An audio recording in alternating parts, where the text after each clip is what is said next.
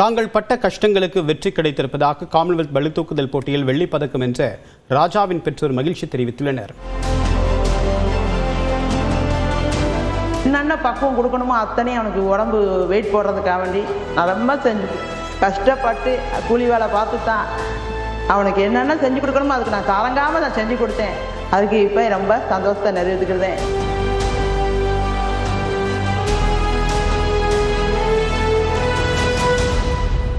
கபடி வீரராக தொடங்கி காமன்வெல்த்தில் பளுதூக்கும் போட்டியில் வெள்ளி வென்று சாதனை படைத்துள்ளார் கோவில்பட்டியைச் சேர்ந்த கூலி தொழிலாளியின் மகன். தூத்துக்குடி மாவட்டம் கோவில்பட்டி நகராட்சிக்குட்பட்ட சங்கரலிங்கபுரத்தைச் சேர்ந்த முத்துப்பாண்டி பேச்சியம்மாள் தம்பதியின் இளைய மகன் ராஜா.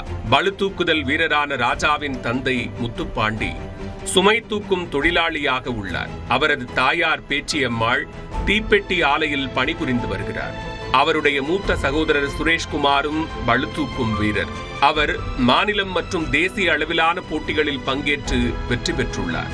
தொடக்கத்தில் கபடி விளையாட்டில் ஆர்வம் செலுத்தி வந்த ராஜாவும் அவரது சகோதரர் சுரேஷ்குமாரும் உடல் வலிமை பெற வேண்டும் என்பதற்காக சங்கரலிங்கபுரத்தில் உள்ள உடற்பயிற்சி கூடத்திற்கு சென்றுள்ளனர்.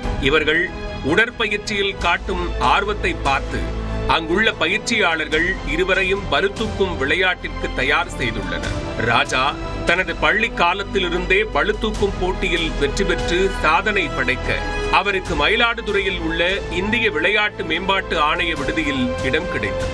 அங்கு பயிற்சி பெற்று மாநிலம் மற்றும் தேசிய அளவிலான போட்டிகளில் முத்திரை பதித்ததால் பெரம்பூர் ரயில்வேயில் அவருக்கு வேலை கிடைத்தது. 2018 முதன்முறையாக காமன்வெல்த் போட்டியில் பங்கேற்று 6வது இடம் பிடித்தார். 2022 நடைபெற்ற காமன்வெல்த் போட்டியில் உடல்நல பாதிப்பு காரணமாக பங்கேற்கவில்லை. இந்த நிலையில்தான் ஸ்காட்லாந்தின் கிளாஸ்கோ நகரில் நடைபெற்று வரும் காமன்வெல்த் போட்டியில் 65 கிலோ எடைப்பிரிவு பளுதூக்கும் போட்டியில் வெள்ளி பதக்கம் வென்று பெற்றோரின் கடின உழைப்பிற்கு ஒரு அங்கீகாரத்தை பெற்றுக் கொடுத்துள்ளார். என் பிள்ளைகளை நல்ல நிலைமைக்கு கொண்டு வரணும் அப்படின்னு அவங்க கிட்ட ஏமா இன்னைக்கு வரும் ஆள் இருக்குமா நாளைக்கு வான்னு கூட சொல்லுவாங்க. நான் வாரேன் சார் அப்படின்னு சொல்லிட்டு மேனேஜர்கிட்ட சொல்லி 2 ஷிஃப்ட் பார்த்து, ஏன்னா நம்ம கஷ்ட சூழ்நிலை என் பிள்ளைய அப்படி கொண்டு வரணும் அப்படிங்கிற ஒரு ஆர்வம் வெறி, அந்த நிலைமையை நம்ம விட்டுறக்கூடாது அப்படின்னு அவன் சிறு வயசுலயே நம்மளால நம்ம பிள்ளை இதாக கூடாது, அதுக்கு பயிற்சியை நம்ம கொடுப்போம்னு நான் ஊக்கத்தை உண்டு பண்ணி கொடுத்தேன். இன்னைக்கு அவன் நல்ல நிலைமைக்கு வந்திருக்கான் சார். எனக்கு ரொம்ப சந்தோஷமா இருக்கு. மிக்க நன்றி. நான் லோடு பண்ணி வேலை பார்த்து கஷ்டப்பட்டு நைட்டு போகலும் வேலை பார்த்து தான் பிள்ளைகளை படிக்க வச்சு இந்த லெவலுக்கு கொண்டு வர்றதுக்கு ரொம்ப கஷ்டப்பட்டு தான் முன்னுக்கு கொண்டு வந்திருக்கு. ஒலிம்பிக்ஸில் மெடல் பண்ணணும், அதுதான் அவங்களுடைய கனவு. கண்டிப்பாக நடக்கும், இறைவன் கிட்ட வேண்டிக்கிறோம். கோவில்பட்டியில் தமிழ்நாடு விளையாட்டு மேம்பாட்டு ஆணையம் சார்பில் உடற்பயிற்சி கூடம் அமைத்தால் இன்னும் ஏராளமான வீரர்களை உருவாக்க முடியும் என்று ராஜாவுக்கு பளுதூக்குதலில் முதன் முறையாக பயிற்சியாளராக இருந்த சொர்ணமுத்து தெரிவித்துள்ளார். எங்களுக்கு இந்த ஜிம் எஸ்டிடி எங்களுக்கு எங்க ஊருக்கு வந்துச்சுன்னா இன்னும் மேலும் மேலும் எங்க ஊர்ல ஏகப்பட்ட பேர் பயிற்சி செய்து மெடல் எடுப்பாங்க, நேஷனல் போவாங்க.